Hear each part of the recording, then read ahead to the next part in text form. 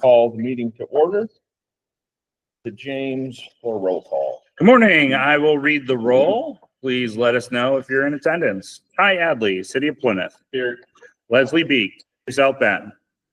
Chris Dressel, City of South Bend. Bill Holder, Kosciuszko County.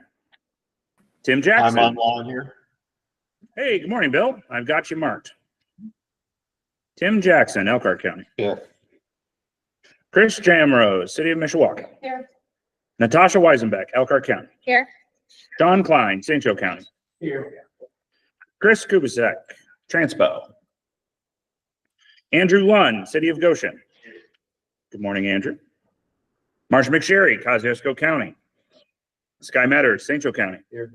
Steve Moriarty, Kosciuszko County. Here. Jason Peters, Marshall County.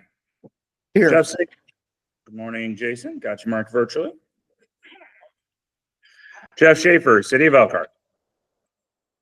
Lisa Schrader, Indot Laporte. This is Melody Panos. I'm on for Lisa. Morning, Melody. Hi. Derek Spears, City of Mishawaka. Justin Taylor, City of Warsaw. Alan Teo, South Bend International Airport. Brent Warren, City of Napanee. Here. Nicholas, is it Whitmer? Whitwer. All right. I'll get the phonetics eventually. Nicholas Whitwer, Marshall County. Yes, sir. Matt Yarin, NDOT Fort Wayne. All right. We have a quorum of members present, and we'll only be voting in person. Leslie Beek. Marsha McSherry here. Apologize for the late entry. All right. We have noted Marcia and Leslie are on virtually. Great. Thank you all. Okay, we can move on to the minutes of the April 2nd meeting. If everyone's had a chance to review, if there's any questions or comments. If not, we're looking for a motion to approve those minutes. So moved. Second. We have a motion and a second to approve the April 2nd minutes. All those in favor signify by saying aye. Aye. Any opposed? The minutes are approved. Move on to the nominating committee report. Yes. So the nominating committee was comprised of Andrew Lunn, Ty Adley, and Sean Klein. Gentlemen, anyone want to give the report directly, or would you like me to take it away? I think you'll do a fantastic job. All right, great. So after a thorough vetting and chatting with our existing officers for just a kind of normal succession process and continuity of leadership. For those not familiar, especially Nick, welcome. Amy Hill with Transpo, she has left Transpo and she was our chair. So we are needing to replace the chair. So our first vice chair was Brent Warren and our second vice chair was Steve Moriarty. Each of them have agreed to move up. So Brent Warren would be the chair. The first vice chair would be Steve Moriarty, leaving us a vacancy at second vice chair. And we discussed and had a volunteer with Ty Adley filling in as then the second vice chair. These would be the slate of officers as presented to fill out the remainder of 2025. And then as is customary, we would still have our normal 2026 officers process kind of play out in January as per tradition and norms. So we would be, the nominating committee presented to me the slate of officers and is presenting to you the chair being Brent Warren, first vice chair being Steve Moriarty, and second vice chair being Ty Adley. Okay, thank you, James. Looking for a motion to approve. So moved. Second. We have a motion and a second. All those in favor of the proposed slate of officers signify by saying aye. Aye. Any opposed? The motion is approved. Congratulations. And thank you for your service. We'll move on to the secretary's report. Yes, in your packet, you have the April administrative modifications. For those not familiar, administrative modifications, the TTAC as well as the MACOG policy board have given staff the authority to make these kind of changes. The full definition you can find on the back page of your agenda. But those modifications are usually technical corrections, minor changes that are not affecting, excessive dollar amounts based on different thresholds, etc. And you can find that full listing of all those changes that staff has made to the Transportation Improvement Program in April. That's in your packet, as well as then available online to the general public as well. This is presented for informational purposes only and does not require a board action. But if you have any questions, always feel free to reach out to us. Thank you, James. We have no old business, so we'll move into new business. Good morning. I only have one transportation resolution to present to you today. As we go into this, just note that we're kind of in between both of our tips. So we have our original 2024 to 2028 tip, and then we also have our 2026 to 2030 tip that is currently kind of going through the state and federal review process. And so we'll be presenting these to kind of adjust. Also, another note is our newer tip is written now by contract, and so we'll also be incorporating contract numbers into these as we present. So just kind of a side note, as some of these might look a little bit different moving forward. So both items A and B are NDOT initiated, and they're for the same area of project. Item A is for the access control projects beginning in Argus, going down to State Road 110. The action here is that we're moving construction into fiscal year 30, slightly increasing the federal funding, and then also updating the contract number that we currently have in the tip. And then item B is adding in this project. It's kind of been all part of this study area, but at US 31 and State Route 110, they're adding in the new interchange construction project, which will have a similar letting of 2030 for that. If there are no questions, I would ask for your endorsement of 16-25. Do you have any updates on designs for those? Or not yet? I mean, so NDOT had its public meeting, Within the past couple months. right, where they presented kind of the initial different concepts that they are looking at, Right. especially for access control, and then the different interchanges, 31 and 110 and 31 and 10. I think they talked about some of their scoring and potential outcomes, but I don't believe that there is a finalized Yeah. X, this road is for sure closed. This road is for sure open. We're not at that part yet. Okay, that's what I was curious if Yep. they're taking that next step.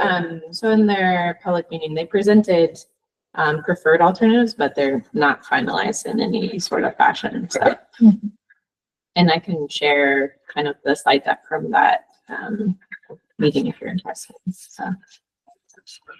No need on my part. I was just curious if they've taken any additional steps. Yeah, no further steps from what we're aware of. Okay. So we're looking for a motion for transportation resolution 1625. Move to approve. Second. We have a motion and a second. All those in favor signify by saying aye. Aye. Any opposed? Transportation resolution 1625 is approved. All right, so we have Transportation Resolution 17-25, which was initiated by South Bend Transpo.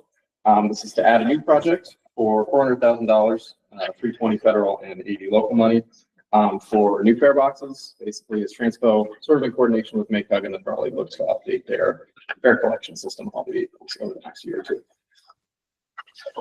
Yep. Ask for your endorsement for Resolution 17-25. Next time it has a session. Move to approve. Second. We have a motion and a second to approve transit resolution 1725. All those in favor signify by saying aye. Any opposed? Resolution 1725 is approved. We'll move into staff updates. So good morning, everybody. As I'm sure you're very aware, next week is Bike to Work Week, and what I consider the best week of the year. So you should all be, getting your bikes tuned up and everything if you haven't already with the nice weather. But to kind of help encourage more people, including yourselves, to do that, MACOG has developed a bike challenge. What we are doing, instead of really focusing, we're kicking it off with Bike to Work Week, and then hoping to continue kind of that momentum of the week for the whole month. And this challenge is part of that. I think we talked about Go 574 last month. This is also to kind of kick off that package, if you will. So it's honestly a pretty cool program. You sign up, you can win prizes. You get points for every trip you take. Truly not necessarily limited to bikes. I would like for you to limit it to bikes, but you can do other things. Anything not driving in a car by yourself is essentially what we're trying to encourage people to do. So the challenge for every trip you take like that and document it in the app, you get points, and you can redeem those points for gift cards, basically, weekly. There will also be a weekly prize from all the people that participated during that week. And then the big grand prize at the end of the 4 weeks is an e-bike. So you'd be entered into for that as well. So it's, I think, a really great tool to try and encourage people to be more active in this. A little anecdotal thing. I talked my wife into signing up for it. She hates putting stuff on her phone, and so she put it on and actually said that it's very, very useful. It shows you one of the things that we talked about with the app as a whole is how to get around without using your car. So the transit options, as well as bike routes and that kind of stuff. So it's one sample size endorsement from someone who's pretty reluctant to endorse things. So anyway, yeah, encourage you, if you have any questions about it, get in touch with us or me. We're glad to help you walk through it, and then encourage people to use it. So if you haven't had a chance, you can go take a look at it. It's live in your app stores, whether you're an Apple or Android user. You can find it online as well. But it's Go 574, and as Dustin mentioned, it's a general platform to try and help connect people to transportation options. So there are a lot of specialized transit providers that are out there, whether it's Marshall County Council on Aging or cabs or some of our different senior services. Those are all in there, right? So if you're trying to figure out how to take a trip, there are a lot of different options that are out there, and it can be a very confusing space to work through. So this is a unifying tool that puts all of that information there. But then the second part then is that you can log trips. And so if you're taking bike trips or doing those things, you can earn points. Those points can help you earn gift cards and different rewards. The launch will really be focused on biking because we have a perfect time kind of bike to work rollout with all of this. But that's not all that the platform can do. It can connect you with community to figure out carpooling. It can connect you to our van pool program. It can connect you to nonprofit service providers that are taking those kind of specialized transportation trips. Okay, so go take a look at this, and at a minimum, download and sign up for the app. No, but think about how you might be able to help promote it, either on your personal social media pages or within your network, or talked with your community about any options that they might be able to help promote this as well. I think it's a good general tool for our traveling public. Plus, you could win an e-bike. So, yeah. Thanks, Dustin. All right, quick update regarding our regional transportation safety action plan. We are in the last minutes of kind of final review of the plan, and so our draft is coming soon, and it'll be out this week for public comments for the month through the month of May. We currently have one open house scheduled at the St. Joe Public Library in downtown South Bend on May 28th. Over the lunch hour, if you'd like to join us. I'm also looking for a good option in Elkhart County to schedule for a later afternoon. So we'll be publishing those. When we do have the plan live, it'll be on our engage.macog.com website. So if you want to be instantly notified when we publish it, you can sign up for updates there, but we'll also be sending out kind of news release, emails to both TTAC and policy board. And yeah, we're looking forward to kind of the conclusion of this year-long planning cycle for the plan, but also kind of very much looking forward to the implementation of it in the coming years. So. And Caitlin, for those, I know we've probably talked to a lot of people, but safe or the SS4A notice of funding for the right now is open. Thanks for that reminder. Yes, the Safe Streets and Roads for All discretionary grant program is currently open. It'll be open through the end of June. So I think applications are due, I don't have the date offhand, June 25th, June 28th, something like that. And so once we present this plan for endorsement and adoption, that will enable all of our local jurisdictions to be eligible for implementation funding, which we're excited about. So I haven't heard too much interest in kind of pursuing that this round, but if there is, we'd gladly like to kind of help prepare that for you. So yeah, please feel free to reach out to me or some other transportation staff. Thanks, Caitlin. Hello, everyone. Typically, I'm up here talking about crash data, but the other part of my position is doing asset management plan and PASER rating. I'm sure you all heard of that, and I know it's only May, but time is of the essence to start getting PASER ratings scheduled and asset management plans done by the beginning of December. So typically every single year we pick a big swath of communities in the MACOG region and help with PASER ratings. We are doing 15 communities this year, and you can see all those communities that are listed here on the right side of the screen. Typically ratings are done every 2 years, but since we're trying to make it easier in-house to be able to provide ratings, we're trying to break it up from sort of the LaPorte district and then the Fort Wayne district. So St. Joe and Marshall counties are going to be done on the even years, and then obviously Kosciuszko and Elkhart counties that you see here are going to be done on the odd year, which is this year. So this year, 15 communities. We're going to send out emails to the LPA contacts about getting those scheduled here by the end of the month.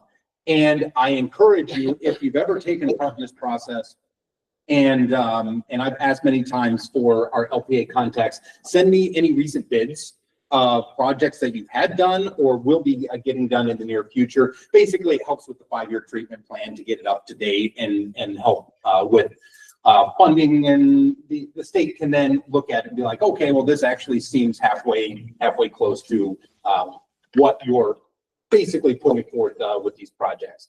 So we'll get that information entered and help out with the asset management plans, which will be completed later this year in October and November. So just keep that in mind if you do work with us, or if you are in a community that doesn't, feel free to reach out and we can get you on the list and help you out.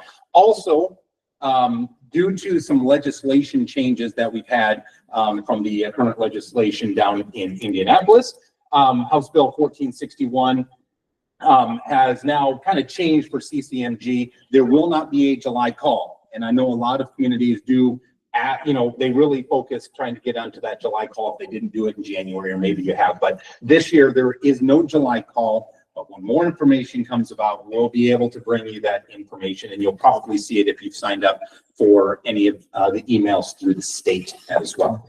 So if you have any questions, feel free to reach out to me. There's my email address, or I can answer if we have a moment now. Yeah, you'll have seen in House Bill 1461, which was all about road funding. So I know many of you are very familiar with it. There is definitely some revamp to the community crossings program, how that plays out, the potential for formula funds, etc. But there is then also some different offsets in the program, where the program provides some money to the city of Indianapolis, some 50 million, I don't know. It also provides funding to some local tracks. It's our understanding that that local tracks money, when you look at it, it's probably not enough to have a whole separate second call for those that are familiar with local tracks, but more that might be to make existing local track projects whole. That's my speculation, not necessarily codified into law that way, but if I was taking a crystal ball and taking a guess. So because of all of that, NDOT's still trying to figure out what all that means. Because of the way that they receive the CCMG money, when they issue it out, all of that stuff affects the timing that really prevents them from having this summer call. So they want to understand the impacts of 1461 before they make a bunch of IOUs. They are currently pausing that. May there be another call later this year when they understand those implications? Perhaps. At a minimum, I would be looking at a January call that will make it obviously more competitive in January, because you'll have a whole holdover of folks that went, and didn't have the summer call. So it will be a pretty competitive year. Additionally, complicating that will be then all of those changes. And how much is actually available or not available. So community crossings is definitely at a kind of upheaval moment where it will be a very hopefully beneficial change, but there will be some big changes ahead for it in the next year or so. So please start to message that, if you haven't, to your communities and your elected folks, just so that they're aware, because it's been a very important program for maintaining our assets and paving roads. And so, it will be one of those things that may be a little bit of a jolt to the system while all of this settles out. So, FYI. Does anyone know of anyone that's maybe put a summary sheet together of 1461? I mean, because I had a good idea of what was going on when the initial bill came out, but then things turned left, right, and gone sideways, and and I think, reading through it, there's a lot of things in there that they say is going to help with funding, but really they're not. So if but it's I think there's a general sentiment of there's a lot there and it could be beneficial, but it's really unclear whether or not it will or won't be. I think that's fair.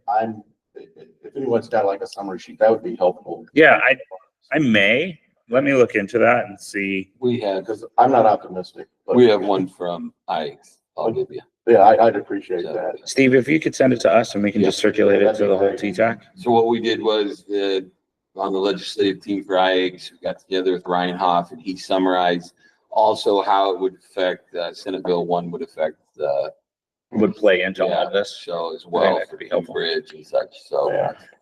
but I'll email you. Oh, That'd be great. I appreciate that.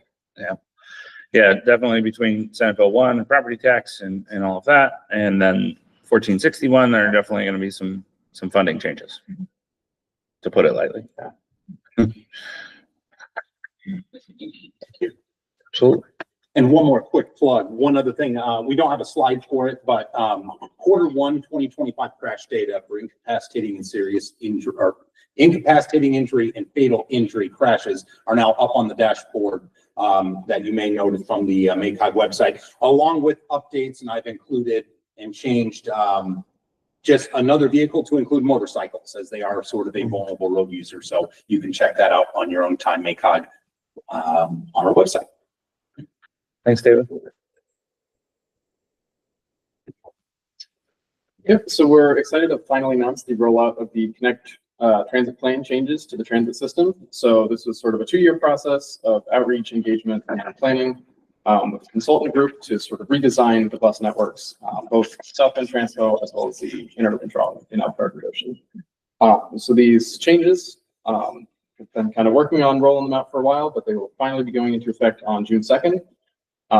So this will mostly be transpo changes. So all the bus schedules for transpo are changing. Some of the routes, couple quick highlights. There's going to be a new Route 30 that goes all the way from South Bend to Elkhart, 1 ride, 1 seat.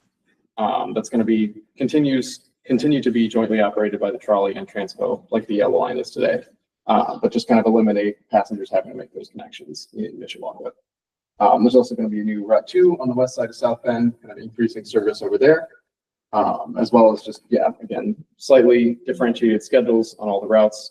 And now also a new improved connection with Route 5 between Transpo and Niles Dark up to Niles, Michigan. So now there'll be, I think, 3 timed pulses between those 2 routes on the north side of town that'll let people make kind of more easily complete day trips between Niles and South Bend and be able to get back. There are going to be a couple minor changes on the trolley as well, again, including that Route 30, as well as changing all the names from colors to route numbers and updating the orange line, which is now Route 35. So we're going to be kind of doing a bunch of outreach over the next month, going out to the transfer centers, going out to some public events.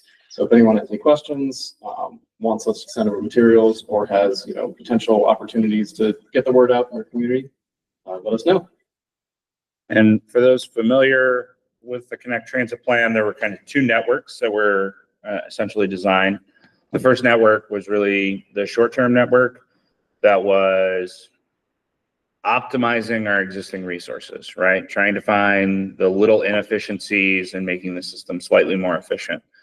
The second kind of map that we had is a vision for the future of, if we had additional resources in public transit, what could we do? How would we implement that? How could we get to, say, something like 15-minute service on key routes? And so that's all in there. The changes that are going into effect on June 2nd is that short-term network, or essentially the no additional funding network. This is the transit nerdy optimization, but hopefully those little optimizations will make it more efficient and effective for our passengers. It's not the big, flashy changes of something like 15-minute service, or say Sunday service or something along those lines.